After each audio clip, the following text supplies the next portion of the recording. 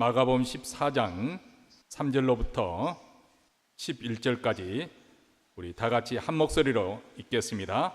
예수께서 베다니 문둥이 시몬의 집에서 식사하실 때 한 여자가 매우 값진 향유 곧 순전한 나드 한 옥합을 가지고 와서 그 옥합을 깨뜨리고 예수의 머리에 부으니 어떤 사람들이 분내어 서로 말하되 무슨 의사로 이 향유를 허비하였는가?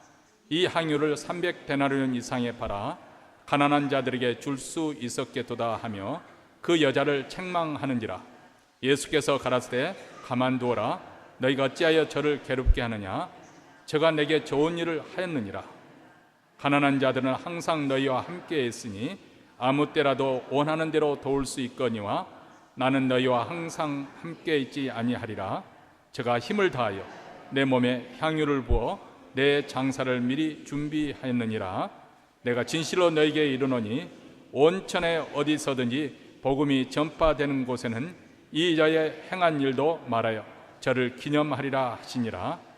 12 중에 하나인 가룟 유다가 예수를 넘겨주려고 대제사장들에게 가매 저희가 듣고 기뻐하여 돈을 주기로 약속하니 유다가 예수를 어떻게 넘겨줄 기회를 찾더라.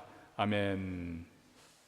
무슨 영화나 드라마의 제목 같지만 오늘 설교 제목이 사랑과 배신입니다. 제가 들었던 드라마는 보지는 못했지만 사랑과 야망, 사랑과 장미 이런 거 들었던 것 같습니다.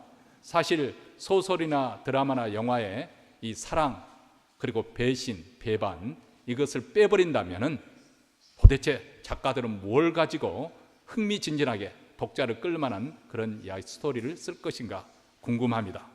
근데 우리가 성경 전체를 읽고 이해해 본다면은 사랑과 배신이라는 이 주제가 매우 중요하다는 것을 또 성경 전체에 흐르고 있는 중심축을 이루고 있는 그런 주제라는 사실을 깨닫게 됩니다.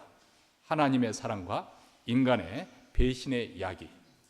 하나님은 아담이 살기에 부족함이 없도록 완벽한 환경과 여건을 준비해 주셨습니다. 저들은 하나님의 사랑 속에서 하나님이 주신 그 모든 복을 누리면서 행복하게 살면 되었습니다. 그런데 아담과 이브는 그 하나님의 사랑을 배반을 했습니다. 그리고 이후 하나님을 떠난 인간의 본성에는 이 배신의 피가 흐르고 있습니다. 아브라함은 자신의 목숨을 구하기 위해서 아내 사라를 배신을 했습니다. 사라에게 바로에게 당신은 내 누이라고 말하시오. 그러면 내 목숨이 살아날 것이오. 이 아브라함의 배신은 부전자전이라고 그 아들 이삭에게도 흐르죠. 그도 목숨이 위태로운 그런 상황에 들어가니까 아내 리브가를 배신하여서 누이라고 그렇게 사람들에게 말합니다. 그리고 야곱의 피에도 그 유전인자가 전달되어서 그는 강교한 속임수로 일생을 살아가지요. 죽어가는 늙은 아버지를 속였고 또 형 에서를 속였고 삼촌 라반을 기만했습니다. 한마디로 거짓과 사기 행각으로 그의 일생을 수놓은 것입니다. 이스라엘에 나온 가장 위대한 왕이라고 하면 다윗입니다. 그런데 다윗을 보시기 바랍니다. 자신의 신복 중에 신복이라 할 수 있는 우리아를 아주 치졸하게 배신을 하지 않습니까? 그의 신뢰를 짓밟고 그의 아내 밧세바를 빼앗았습니다. 우리아는 자신의 군주인 다윗이 자신의 아내를 강탈한 줄 꿈에도 생각하지 못하고 전쟁터에 나가 그것도 교사에 의해서 죽임을 당합니다. 그리고 다윗의 아들들은 어떠합니까? 암논은 이복누이 다말을 속임수로 유인해서 강간하고 그리고 압살롬은 그 오라비는 압살롬은 앙심을 품고 벼르고 있다가 아주 친근한 척 접근을 해서 기회를 타서 암논을 죽이고 맙니다. 그리고 결국 왕국을 제 손에 넣기 위해서 아버지 다윗을 배반하지요. 여러분 이것은 우리의 그 어떻게 보면은 신앙의 족보에서 뺄래야 뺄 수 없는 그런 사람들의 스토리지만은 한편 우리 주위에 또 매일 일어나는 사건들을 면밀히 분석해 보면 바로 이것이 우리가 살고 있는 세상의 본질이라는 것을 참모습이라는 것을 알 수 있을 것입니다. 자녀가 부모를 배신합니다. 부모의 그 기대와 신에 배반을 하지요. 아내가 남편이 아내를 기만하고 배신합니다. 직장 동료가 배신을 하고 믿었던 친구가 뒤통수를 치는 배신이 일어난 것이 이 세상입니다. 여러분, 세상 역사에도 나라가 나라를, 민족이 민족을 배신을 합니다. 이렇게 오늘 우리의 혈관 속에도 배신의 피가 흐르고 있습니다. 그럼에도 불구하고 성경은 우리를 결코 포기하지 않는 하나님의 사랑에 대해서 또한 말씀을 하고 있습니다. 한마디로 우리의 배신은 놀랍게도 하나님의 구원과도 연결이 되어 있는, 연관이 있다는 것을 성경은 보여주고 있는 것이죠. 오늘 본문에는 향유를 붓는 마리아의 헌신적인 사랑과 희생에 대해서 말씀하고 있고, 또 반면에 가룟 유다의 배신에 대해서도 말씀하고 있습니다. 그리고 그런 자라 할지라도 포기하지 않고 끝까지 사랑하시는 주님의 사랑에 대해서 기록이 이 마가복음 14장에 나오고 있습니다. 우선 우리가 오늘 본문에 읽지 않았지만 1절로 돌아가 보면 예수님께서 십자가의 순환을 앞두고 예루살렘에 입성합니다. 그리고 난 다음 성전에서 그 당시 종교 권력을 가진 자들과 논쟁이 벌어지죠. 그들은 어떻게 해서든지 올무를 놔서 예수님을 함정에 빠뜨리려고 했습니다만 그 뜻대로 이루어지지 않았습니다. 그들의 눈에는 예수가 가시처럼 그렇게 느껴졌지만은 민중들이 두려워서 선뜻 행동에 옮기지 못합니다. 이제 이틀이 지나면 유월절과 무교절이 돌아오게 되는데, 이때 대제사장들과 서기관들은 무엇을 하고 있었느냐? 가증스럽게도 그들은 예수님을 잡아 죽일 그런 방책을 구하고 있었습니다.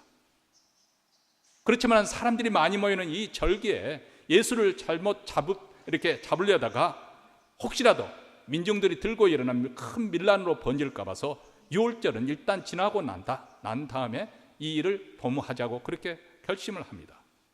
이렇게 유명한 교회가 이루어지고 있는 상황 가운데 베들레헴 성에서 가까운 베다니 동네에 사는 문둥이 시몬의 집에서 예수님을 대접하기 위한 잔치가 있었습니다. 그 잔치 도중에 돌발 사태가 발생하는 거죠. 그것은 바로 식사하는 도중에 갑자기 한 여성이 매우 값진 향유, 곧 순전한 나드 한 옥합을 깨뜨려서 예수님의 머리에 부은 사건입니다. 우리가 잘 아시는 바와 같이 중동 지방은 매우 더운 날씨이기 때문에 땀이 많이 나고, 그렇기 때문에 땀 냄새로 인해서 이 향유 문화가 아주 발달이 되어 있습니다. 지금도 중동의 식당에서는 식사를 마치면 올리브나 그리고 오렌지 향유를 가지고 와서 손바닥에 한두 방울 떨어뜨려 준다고 합니다. 이번 성지순에는 한 번도 경험한 적이 없지만은 그렇다고 합니다. 이 향유를 손과 얼굴에 찍어 바르면은 이제 음식 냄새가 가시면서 기분이 다시 상쾌해진다는 것이죠. 근데 특히 나드라는 향유는 아주 값비싼 향유인데 그럴 수밖에 없는 게 이게 인도산이거든요. 히말라야 산맥의 3,000m의 고지에서 자라는 이 마타리과에 속한 그런 단연초, 아마 영상이 그림이 나올 것입니다. 이 단연초입니다. 향로를 만들 때 그 뿌리, 이 근경을 파내서 이곳에 그 방향 성분을 이렇게 증류시켜 가지고 추출액을 다른 그 기름과 섞어서 나드 향유를 만들게 됩니다. 이게 완전히 그 휘발성이 강하기 때문에 옥합에 넣어서, 옥으로 깎은 그 옥합에 넣어서 밀랍으로 밀봉을 시키고 그 다음 이제 팔레스타인까지 수출을 한 것이죠. 밀랍으로 밀봉한 이 뚜껑이 세월이 지나면 딱딱해질 거 아니겠습니까? 그래서 당연히 그것을 오픈하려면 깨뜨릴 수밖에 없습니다. 그리고 그 향이 얼마나 강한지 옥합을 깨뜨리는 방 안에 나드 향이 가득했다고 그렇게 역사에 기록하고 있습니다. 근데 이 여인은 향유를 한두 방울도 아니고 아예 옥합을 깨서 예수님 머리에 부었다고 성경은 기록하고 있습니다. 사람들은 갑자기 돌출된 이 일에 어안이 벙벙했을 것입니다. 예수님 머리에 부은 향유 기름이 온몸에 흘려 범벅이 되는 상관입니다. 그리고 방 안은 진한 향유 냄새로 가득합니다. 어떻게 보면은 이 여인의 행동이 너무나도 돌출적인 행동이고 때와 장소를 가리지 않은 조금 섬세하지 못한 과격하게 빚어질 수도 있습니다. 그렇다면 이 여인은 이토록 사람들에게 과할 정도로 과격하게 느껴질 정도로 분에 넘치는 행동을 무엇 때문에, 그 동기가 무엇 때문에 이렇게 한 것일까요? 우리가 이것을 조금 추적하면서 연구해 볼 가치가 있다고 생각합니다. 누가복음 12장 38절부터 42절에 보면 마르다와 그 언니 그 동생 마리아에 관한 이야기가 등장하는 그런 에피소드가 실려 있습니다. 방문한 예수님의 일행을 잘 대접하기 위해서 언니 마르다는 음식 준비에 아주 분주해졌다. 이 분주라는 distract라는 말은 그 주님을 향한 접대하기 위한 그 마음이 음식 준비라는 것으로 너무 바쁜 나머지 분산이 되었다. 집중하지 못하고 산란해졌다는 이 distract라는 단어를 사용했습니다. 이와는 달리 그렇게 부엌에서 분주하게 돌아가고 있는 그 상황 속에서 동생 마리아는 예수님 발 아래 앉아 말씀 듣는 일에 아주 몰두하고 있는 모습을 그려주고 있습니다. 물론 이 에피소드를 통해서 교회 봉사가 중요하지 않는다더니 예배만 드리고 성경 말씀만 공부하면 된다더니 그것을 가르치려고 하는 것은 아닙니다. 다만 이 에피소드를 통해서 우리가 한 가지 느낄 수 있는 것은 마르다는 아주 실제적이고 또 활동가, 활달한 그런 여성이었다는 사실을 우리가 알 수가 있을 것 같고, 마리아는 반면에 조금 내성적이었고 조금 사려 깊은 생각을 하고 사는 여성이었다는 것처럼 그렇게 보여집니다. 어쩌면 마리아는 늘상 메시아를 갈망하고 있었고 뭔지 모르지만 심한 영적 갈증을 느끼고 있었던 것이 아닐까. 그리고 복되신 우리 주님을 만남을 통해서 그의 삶에 놀라운 변화가 일어나게 생겼는데, 그것은 심한 영적 갈증을 느꼈던 그녀가 바로 예수님의 말씀을 들으면서 마치 스펀지가 물을 빨아들이는 것처럼 그 영적 갈증이 채워지고 해갈되기 시작했습니다. 그의 내면 세계는 급격하게 변화가 일어나게 되었고, 그리고 예수님을 쫓아가는 제자로의 그 삶의 신앙은 날로 성숙해 가고 있었습니다. 이런 그녀의 믿음을 산산조각 낼 수 있는 그런 일이 발생하였는데, 그것은 바로 집안의 기둥 역할을 했던 오라비 나사로가 갑작스럽게 중환병으로 덜컥 죽어버리고 말았습니다. 마리아가 절망 중에 피눈물을 쏟아 토해내고 있을 때 예수께서 오셔서 그녀에게 도전하십니다. 나는 부활이요 생명이니 나를 믿는 자는 죽어도 살겠고 무릇 살아서 나를 믿는 자는 영원히 죽지 아니하리니 이것을 내가 믿느냐, 이렇게 도전하십니다. 그리고 우리 주님께서는 죽은 지 나흘이나 되어 냄새가 나는 이미 그 무덤 금에 묻혀있던 그 나사로를 불러주시고 죽은 자를 다시 살리는 놀라운 기적이 일어나게 되죠. 바로 이 사건을 통해서 마리아의 믿음은 한층 더 주님에 대한 믿음으로 견고하게 되었을 것이고, 거기에 덧붙여서 우리 주님은 부활이요 생명이라는 이 부활신앙을 확고하게 자리 잡게 되었을 것입니다. 그런데 예수님께서 이제 마지막 자신의 고난과 순환을 앞두고 예루살렘 성을 향해서 올라가십니다. 이번에 예루살렘에 올라가서 입성하시면 그분에게는 고난이 기다리고 있고 죽음, 십자가의 죽음이 기다리고 있고 그리고 3일 만에 부활이 있을 것입니다. 예수님은 이것을 가는 도중에 적어도 제자들에게 3차례에 걸쳐서 예고를 하신 걸로 그렇게 보여집니다. 근데 함께 가고 있던 제자들, 가장 가까이 말씀을 듣던 제자들은 그 예수님의 말씀을 귀담아 듣질 않았습니다. 왜냐하면 자기들 생각에 가득했기 때문에 그렇습니다. 이제 예수님께서 올라가시면 곧 애굽 왕으로, 이스라엘 왕으로 등극하실 텐데, 그렇다면 예수님 다음 곁에 앉을 누가 실권자가 될 것인가, 아마 그것 생각에 몰두했던 것 같습니다. 그래서 올라가는 길에 우리 중에 누가 크냐 문제로 서로 다툼이 발생했다고 그렇게 성경은 기록하고 있습니다. 말 그대로 동상이몽이죠. 예수님이 얼마나 답답했을까 생각해 봅니다. 아무도 그분의 심정을 헤아려주는 제자가 없었습니다. 우리는 성경의 복음서의 기록에 의해서 마리아가 예수님의 죽음에 대해서 예고를 직접적으로 들은 적이 있는지 그것은 우리는 확인할 수가 없습니다. 그런데 적어도 살이 깊은 그녀가 지금 상황이 아주 긴급한 상황이란 것, 아주 급박한 상황이라는 사실을 놓치지 않았을 것이라고 짐작을 해봅니다. 그리고 그녀에게 주어진 시간이 그렇게 많지 않다. 그녀에게 주어진 기회가 어쩌면 이번이 마지막일지도 모를 것이라는 그렇게 생각했을지도 모릅니다. 그리고 이에 대해서 그녀는 깊게 숙고해 보았을 것입니다. 이 상황에서 내가 할 수 있는 것이 무엇인가? 내가 마지막 죽음을 앞두고 이 예루살렘에 와 계시는 주님을 위해서 무엇을 할 수 있을까? 깊이 생각을 거듭했을 것입니다. 생각해 보면 예수님으로 말미암아 큰 위기에 빠질 뻔했던 자신의 가정이 행복을 되찾게 되었습니다.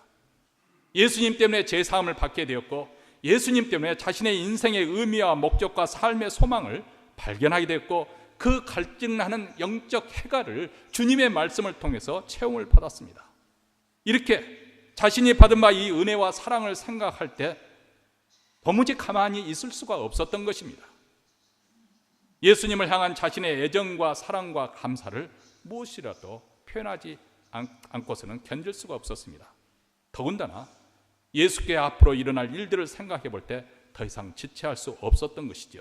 그래서 자신이 고이 간직해온 매우 값지고 순전한 나드 한 옥합을 가지고 와서 예수님 발 앞에 그것을 깨뜨리고 다 부어드렸습니다. 그것은 300데나리온의 가치가 되는, 300데나리온 하면 데나리온은 그 당시 노동자 하루 품삯입니다. 그러니까 300데나리온이나 하면은 적어도 1년 360을 다 노동자가 일하는 것이 아니기 때문에 250일 정도만 일한다고 잡고 주일을 빼고 한다고 하면은 대략 1년 반 해당되는 그런 금액, 오늘날로 말하면은 적어도 5만 불에서 6만 불은 최소한 되지 않을까, 그렇게 해석을 할 수 있겠습니다. 아주 가치 있는 옥합입니다. 사람은 누구나 자기 자신이 애써 간직한 그런 옥합이 있습니다. 그 옥합은 자기 자신이 그동안 갈고 닦아온 그런 실력이 될 수도 있고, 자기만이 가지고 있는 그런 재능이 될 수 있고, 어린 시절부터 가슴에 간직하고 끼워온 그 간직해 해온 아름답고 순수한 꿈, 그런 소박한 그런 행복을 꿈꾸는 그것이 될 수도 있습니다. 그동안 먹고 싶은 거 안 먹고, 입고 싶은 거 안 사 입고, 아끼고 아껴서 모은 소중한 물질이 될 수도 있습니다. 어떻게 보면 다른 사람들에게 존경을 받는 명예와 명성일 수도 있습니다. 그렇기 때문에 옥합은 매우 값진 것이죠. 무엇보다도 이 옥합에는 자신의 진심과 사랑과 꿈이, 그리고 미래가 농축되어 있습니다. 사실 마리아에게 이 옥합이라고 하는 것은 어떻게 보면 결혼 지참금일 수도 있고 자기 노후 대책일 수도 있어요. 오늘날같이 사회 보장 제도가 되어지지 않은 가운데서 여성이라는 것은 정말 남편이 세상을 떠나버리면, 아들이 세상을 떠나버리면 아무도 보호해 주지 못하는데, 이 옥합이라는 것 때문에 어떻게 보면 안심할 수 있는 그런 재산입니다. 이렇게 값지고 순수하고 아름답고 향기로운 옥합을 과연 누구를 위해서 사용할 것인가, 이것이 여러분과 저의 고민이고 문제입니다. 많은 사람들은 오직 자기 자신만을 위해서 옥합을 애써 숨겨놓은 그런 사람들도 있습니다. 제가 예전에 함께 섬겼던 교회 교육 목사님이 계셨는데, 그분이 어떤 분이시냐면은 자칭 대한민국 인간 국보 1호라고 그렇게 말했던 양주동 박사, 국문학자고 또 문학평론가죠. 양주동 박사, 이분이 신라 향가에 대해서 아주 일가견을 가지고 있는 그런 분이신데요. 그분의 애손주 사위가 되는 것이죠. 근데 그분을 통해서 이제 그분의 양주동 박사의 일화를 들었어요. 근데 양주동 박사는 그 당시에 다른 사람들과 아주 독특한 부분이 있었는데, 한국은 전통적으로 이 학문하는 선비들 사상이 있어가지고 돈은 가능한 멀리 하려고 하는 그런 성향이 있잖아요. 근데 이 양주동 박사는 방송 출연이 이렇게 요청을 하면 벌써 1950년대인가에 그 시대만 하더라도 아직까지 그런 그렇게 남자 입에서 사례비 얼마 줄 것인가, 이게 산뜻 올리지 않는 상황인데, 첫 번 만남에서 그러면 사례비 얼마 줄 거냐, 출연료 얼마 줄 거냐, 이렇게 따져 물었다고 합니다. 어쨌든 이분이 거기까지는 좋고 또 그렇게 잘 경제에 밝아서 그렇게 했으면 좋은데, 그 모았던 돈을 어디다 숨겨놨는지 가족 아무도 모르는 거예요. 꽁꽁 숨겨놓고 자기 자신만 아는 거예요. 세상을 떠나서도 그 돈이 어디 있는지, 어디에 숨겨놨는지 가족 아무도 모르는 거예요. 그래서 그 사실인지 확인되지 않지만 그 사위 되시는 손주 사위 되시는 목사님이 하시는 말씀이, 아내가 그 돈을 언제 어디에 숨겼는지 그것을 찾다가 나중에 정신병에 걸릴 정도 그렇게 병을 앓았다는 거예요. 자기 자신만을 위해서 그 옥합을 깊숙하게 감춰놓은 거예요. 아니, 그런 분도 계시지만 또 어떤 분들은 그렇게 옥합을 감춰놓은 숨겨 아껴온 것은 배우자와 자녀들을 위해서 고이 간직하고자 하는 것이죠. 근데 여인은 이처럼 소중한 이 옥합을 주님을 위해서 사용했습니다. 예수님을 위해서 자기 자신의 아름답고 소중한 옥합을 깨뜨려서 완전히 부어드렸습니다. 사실 이 여인의 행동은 아주 무모합니다. 이 향유를 들고 난다면 자신의 미래는 어떻게, 노후는 어떻게 준비할 것이며, 또 결혼 지착하면 또 어떻게 다시 마련할 것인가, 이런 것들을 계산하지 않은 거죠. 누가 옥합을 깨서 예수님께 드리라고 강요받은 것도 아닙니다. 오직 주님께 대한 그런 감사와 사랑과 뜨거운 마음이 흘러넘쳐서 자발적으로 옥합을 깨서 바쳐드린 것이죠. 이런 여인의 행동을 사람들은 어떻게 보았을까요? 4절 말씀 보면 사람들은 누구나 다 그녀의 행동을 낭비로 여겼다, 허비하는 것으로 여겼다고 그렇게 말합니다. 그렇죠? 쓸데없는 낭비. 그 잠깐을 위해서 그렇게 가치 있는 것을 한꺼번에 다 쏟아붓다니 참 맨정신이고 그렇게 할 수 있나? 아마 사람들은 그렇게 의아했을 것입니다. 그 옥합을 차라리 팔아서 돈을 마련해서 훨씬 더 규모 있게 가치 있게 할 수 있었을 텐데 너무 생각 없이 감정적으로 행동했다고 혀를 차며 안타까워했을 것입니다. 그런데 예수님은 이 여인의 행동을 어떻게 보셨을까요? 6절 말씀입니다. 우리 한 목소리로 읽겠습니다. 예수께서 가라사대 가만두어라. 너희가 어찌하여 저를 괴롭게 하느냐? 저가 내게 좋은 일을 하였느니라. 예수님은 여인의 행동을 좋은 일이라고 표현합니다. She has done a beautiful thing. 그렇게 표현을 하고 있습니다. 아름다운 일이다. 왜냐하면 무엇보다도 임박한 예수님의 장사를 준비하는 그런 참으로 값진 일로 보셨기 때문에 그렇습니다. 그 당시 유대인들의 풍습은 사람이 죽으면 그 시신에 향유를 부어드립니다. 그래서 예수님이 죽임을 당하고 난 다음 무덤에 묻히기 전에 니고데모가 몰약을 가져와서 그 시신에 황금만 내리는 아주 값비싼 몰약을 가서 부어드리는 것이 복음서에 기록되어 있지 않습니까? 그 일을 미리 지금 마리아가 하였다고 지금 예수님은 말씀하고 있습니다. 8절 제가 힘을 다하여 내 몸에 향유를 부어 내 장사를 미리 준비하였느니라. 여기서 우리는 질문할 수가 있습니다. 궁금합니다. 과연 마리아는 예수님의 장사를 준비하기 위해서 향유를 부어드렸을까요? 그럴 것 같지는 않지요. 그렇지만 단언할 수는 없는 거지 아니겠습니까? 확실한 것은 그녀가 주님을 위해서 최선의 것을 다하여 그렇게 부어드렸는데 하나님께서는 이것이 기가 막히기도 구원의 역사에 접목시키셨다, 연결시켜서 사용하셨다는 점입니다. 그래서 9절에 보면 예수께서는 온천에 어디든지 복음이 전파되는 곳에 다 이 여인의 행한 일도 말하여 저를 기념하리라고 말씀하시고 있습니다. 이를 통해서 보면은 여인이 부은 향유는 단지 예수님이 계셨던 그 방에서만 향기를 풍기는 것이 아니라 시대와 장소를 초월해서 전 세계 오고 가는 모든 세대에 걸쳐서 그리고 마침내 오늘 말씀을 듣는 우리에게까지 그 향유 냄새가 그대로 전달되어 그 냄새를 피우고 있는 것을 느낄 수 있습니다. 오늘날에도 세상 사람들은 우리 예수 믿는 사람들이 예수께 드리는 그 진심을 이해하지 못하지요. 그들은 생각하기에 시간 낭비라고 물질 낭비라고 그렇게 에너지 낭비라고 어리석다고 핀잔을 줄 수 있습니다. 너무 순진하게 단순하고 세상 물질을 모르게 산다고 그렇게 비난할 수도 있습니다. 그런데 우리 주님은 우리의 진심을 아십니다.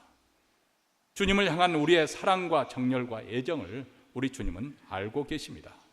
그리고 이런 우리의 진심과 헌신의 수고를 다 받으시고 당신의 구속 사업에 이것을 연결하여 사용하십니다. 그러므로 우리가 주님께 드리는 그런 진심, 조그만 수고, 헌신을 우리가 결코 아까워해서는 아니 됩니다.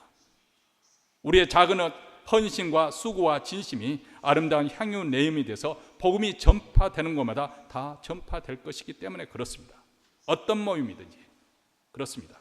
주님에 대한 사랑과 열정과 기쁨으로서 자신의 소중한 옥합을 깨트리는 사람이 있기만 한다면, 그런 헌신과 희생이 있는 사람들이 있는 곳이라면 그 공동체는 은혜와 사랑으로 충만한 향유 내음이 가득한 그런 아름다운 모임이 될 것이라고 믿습니다. 그런데 반면에 세상에는 이 마리아처럼 향유 내음을 가득히 내뿜는 사람이 있는가 하면 죽음의 냄새를 풍기는 사람들도 있습니다. 오늘 말씀 10절과 11절입니다. 12 중에 하나인 가룟 유다가 예수를 넘겨주라고 대제사장들의 감에 저희가 듣고 기뻐하여 돈을 주기로 약속하니 유다가 예수를 어떻게 넘겨줄 기회를 찾더라, 이렇게 말합니다. 여기에 가룟 유다의 배신이 나옵니다. 그의 배신은 내가 살기 위해서 어쩔 수 없었다. 우리 역사에서 가장 유명한 배신은 바로 브루터스의 그 배신 아닙니까? 시저가 자신의 연인이었던 아들 브루터스를 많이 후견인이 되어서 돌봐주죠. 그로 하여금 출세할 수 있도록 디딤돌이 되어주지 않습니까? 그렇게 은혜를 입었던 브루터스가 어떤 마음을 가졌는지 모르지만 본인 자신이 주장하기는 이 공화정을 정치를 지키기 위해서, 국가를 지키기 위해서 나는 여기에 모의에 공참하지 않을 수 없다 해서 시저를 암살하는 그 사람들 속에 틈에 끼어서 단검으로 시저를 찌르는 사건이 되죠. 그래서 시저가 죽으면서 실제인지 알 수 없지만 브루투스 너도 이렇게 하면서 죽었다고 합니다. 배신의 상징이죠. 근데 이런 대의 명분이 있는 경우도 없지 않았지만 가룟 유다의 배신은 내가 살기 위해서 어쩔 수 없다는 그런 상황에서 나온 것이 아닙니다. 자신의 의지적인 판단과 선택을 통해서 예수님을 배신합니다. 그리고 이 유다가 그로 말미암아서 이르게 될 비극적인 결말에 대해서 쌓인 그 사유에 대해서 그의 동료였던 제자 요한은 요한복음에서 이렇게 기록하고 있습니다. 이렇게 말하면 가난한 자들을 생각함이 아니요 저는 도적이라 돈깨를 맞고 거기 넣는 것을 훔쳐갑니다. 아마도 사람들이 향유를 낭비한다고 붕괴하는 그 관계에서 가장 앞장서서 그것을 입으로 내서 발설했던 사람이 유다였던 것 같습니다. 차라리 가난한 자들을 이것을 팔아서 돕는 것이 좋지 않겠느냐 하면서 그런 의로운 척, 고상한 척 그렇게 붕괴하며 그렇게 나타났습니다. 여러분, 우리가 신앙생활을 하다가 종종 조심해야 될 것 있습니다. 자신이 의로운 것처럼 목회자를 비방하고 교회를 비방하는 사람들이 참 많이 있습니다. 그러는 당신은 정말 의로운 건가요? 그렇지 않습니다. 자신도 죄인이에요. 여러분, 그런 경우가 얼마나 많은지 모릅니다.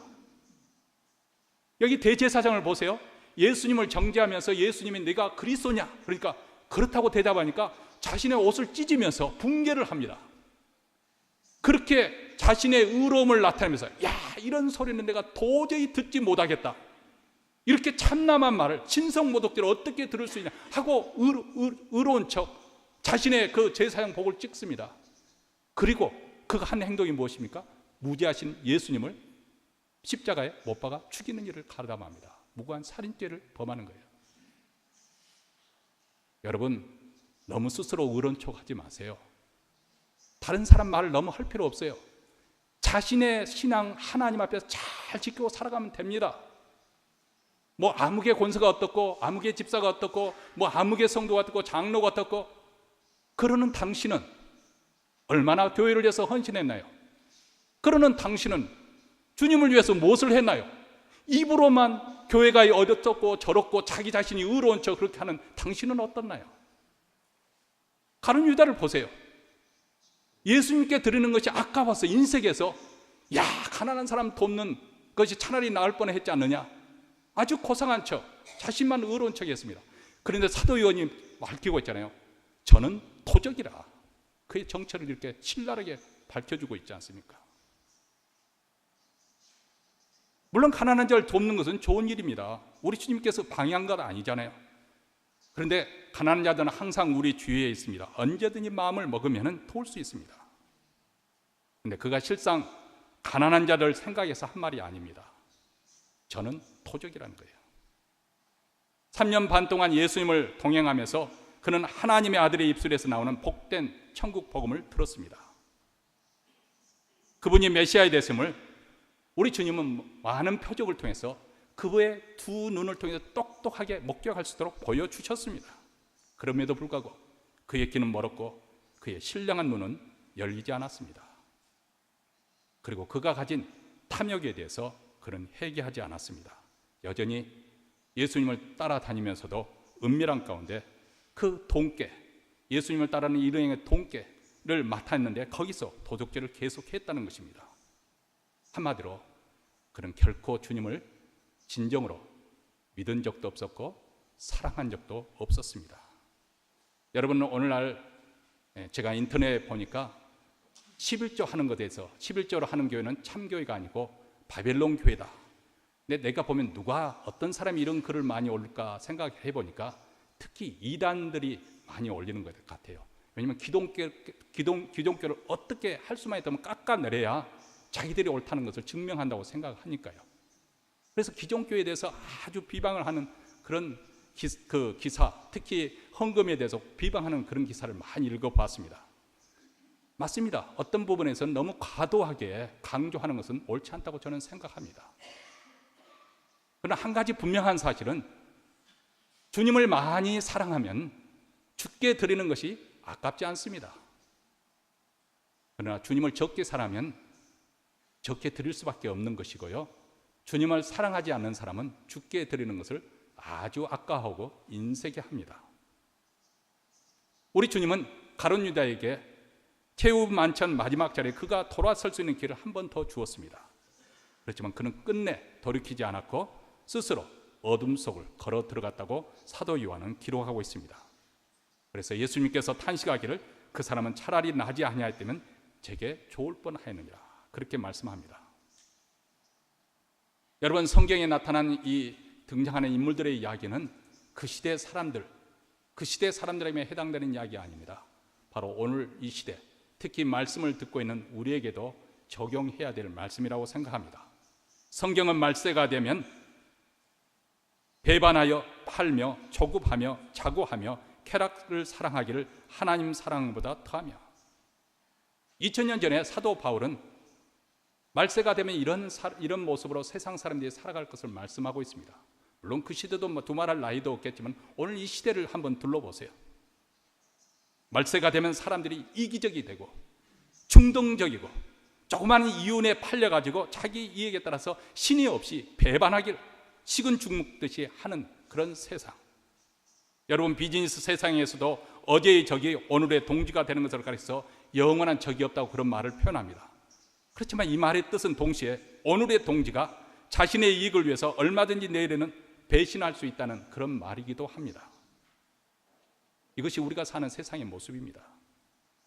그래서 여러분, 우리가 좀 더 신앙 안에서 정말 세상 사람에 대해서, 세상에 대해서 정체를 알게 되면 그렇게 실망할 것도 없어요. 그렇게 상처받을 것도 없어요. 그럴 줄 몰랐다고 그렇게 펄펄 뛸 필요도 없을 것 같습니다. 그 심정이야 충분히 이해가 되죠. 그렇죠? 예. 어떤 사람은 같이 동업하기로 해서 정말 그 친구하고 몇십만 불을 이민사에서 모았던 것을 투자를 했는데 그 친구의 배신으로 하루아침에 재산을 날린 사람, 그 심정 누가 이해하고 누가 그 온통함을 풀어줄 수 있겠어요? 어떤 분의 이야기를 들어보니까 밤새도록 그것으로 인해서 고민하고 너무 심려를 한 통에 그 다음날 일어나서 거울을 보니까 얼굴이 백발이 되어버렸다는 거예요. 저는 정말 실감이 나죠. 어느새 머리가 하얗게 백발이 되어버렸다는 그런 그 간증을 들어본 적이 있습니다. 그렇습니다. 우리가 사는 세상은 그렇습니다. 그런데 우리가 혹여 과거에 그랬고 지금도 혹시 그런 일을 당한다고 한다면 꼭 기억하시기 바랍니다. 우리 주님도 가까이 사랑하는 제자에게 배신을 당했습니다. 근데 신비롭게도 성경은 우리 인간의 배신과 하나님의 구원은 연결이 되어 있다는 거예요. 밀접한 관계가 있다는 것입니다. 심지어 배신은 도리어 하나님의 뜻을 신속히 이루어가는 촉매제 역할까지 하는 것을 오늘 본문에서 보여주고 있습니다. 가룟 유다는 예수를 팔아 넘김으로써 예수님의 십자가의 처형을 받는 일에 주도적인 역할을 했습니다. 그가 했던 것은 악한 마음에서 그렇게 했습니다. 그런데 그것으로 인해서 하나님의 구원 계획이 좌절됐는가 하면 좌절되지 않았습니다. 오히려 하나님의 구원의 역사에 일조를 한 거예요. 이게 놀라운 거예요. 이것을 가리켜서 하나님의 절대 주권이라고 합니다. 우리 하나님의 일하시는 방이 참으로 놀랍잖아요. 우리의 순종을 통해서, 우리의 희생을 통해서, 우리의 순종을 통해서 하나님 나라가 세워지는 것도 있지만은 저들의 악함으로 불순종을 통해서도 하나님의 뜻이 성취된다는 거예요. 그것이 하나님의 높으신 뜻이고 주권이고 섭리라는 것입니다. 여러분, 우리가 14장 1절과 2절을 읽지 않았지만 본래 대제사장과 서기관들은 밀란이 날까 봐서 6월절에는 죽이지 말자 그렇게 결정을 했던 것이거든요. 근데 놀랍게도 가룟 유다가 배신함을 통해서 그들에게 얼마 주면 내 스승 예수를 팔 텐데 얼마 주려느냐, 가룟 유다가 갑자기 찾아와서 그렇게 제안을 한 거예요.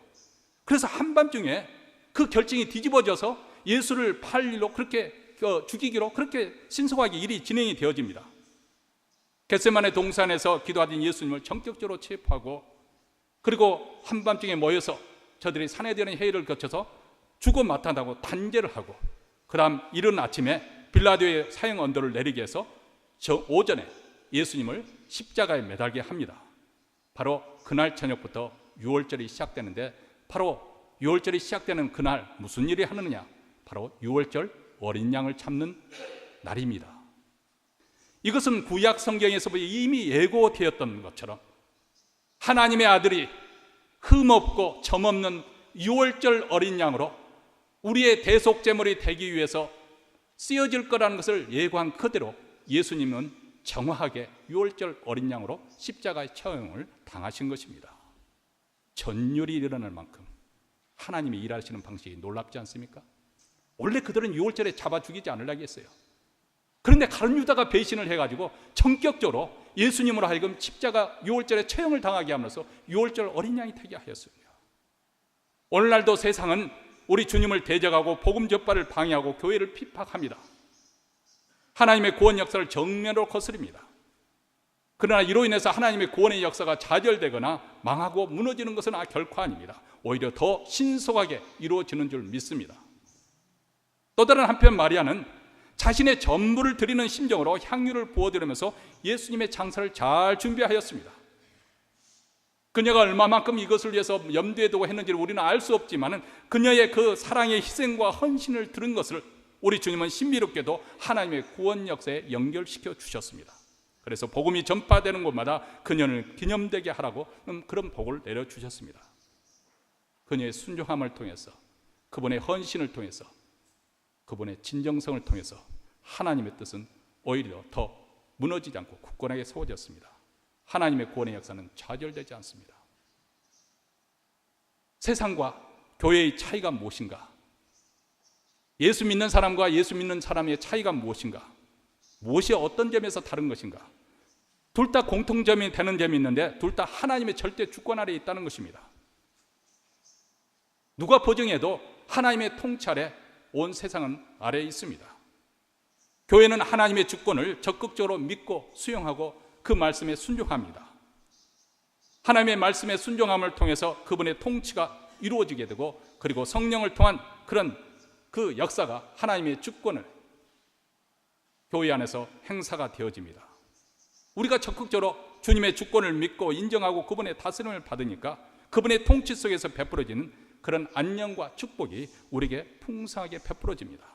교회는 하나님의 통치를 받음으로 말면서 그분의 보호하심 속에, 그분의 복주심 속에 있습니다. 그래서 지난 2000년 동안 무섭게 교회가 핍박을 당한 적도 많았고, 성경책이 불태워지는 적도 많았고, 또 비극적으로 많은 그리스도인들이 학살을 당하는 일도 많이 있었지만은, 그러나 교회는 결코 망한 적도 쓰러진 적도 복음이 좌절된 적도 없습니다. 복음은 계속해서 전진해 왔고, 교회는 계속해서 전진해 갔고, 하나님 나라는 계속해서 확장되어 갔습니다. 하나님의 보호하심과 복주심이 교회에 있기 때문에 그렇습니다. 반면에 세상은 하나님의 주권을 인정하지도 않고 또 알지도 못합니다. 그래서 그들에게는 하나님 말씀에 대한 순종함이 없습니다. 도리어 사단의 지배를 받고, 그래서 하나님의 그 도전, 하나님의 뜻에 도전을 합니다. 그렇다고 해서 그들의 하나님 통치 밖에 있는 것일까요? 그러나 그들지라도 우리 주님은 만유의 주가 되시기 때문에 저들의 불순종을 뛰어넘어서, 아니 저들의 불순종을 통해서 심지어는 그것을 역이용해서라도 하나님의 뜻을 성취해 가십니다. 저들은 악한 의도로 예수님을 처형했습니다. 그것으로 해서 하나님의 계획이 좌절되고 하나님 나라가 망할 줄 알았습니다. 그런데 실상은 그것이 하나님의 작정된 뜻이었다는 거예요. 예정된 섭리였다는 것입니다. 다시 말하면 그들은 하나님을 대적하는 그 불순종을 통해서 하나님의 뜻을 이루어가고 있고, 교회는 하나님께서 적극적으로 순종함을 통해서 하나님의 역사를 이루어가고 있습니다. 그렇다면 어떤 점에서 차이가 나는 것인가? 그들은 하나님을 대적하고 불순종하는 가정 가운데 있기 때문에 하나님의 보호하심 밖에 있습니다. 복주심을 받지 못하고 있습니다. 그들에게 기다리고 있는 저주와 심판이 있습니다. 그래서 예수님께서 가룟 유다에게 말하기를 저는 차라리 나지 않은 것만 못하다 하신 것입니다.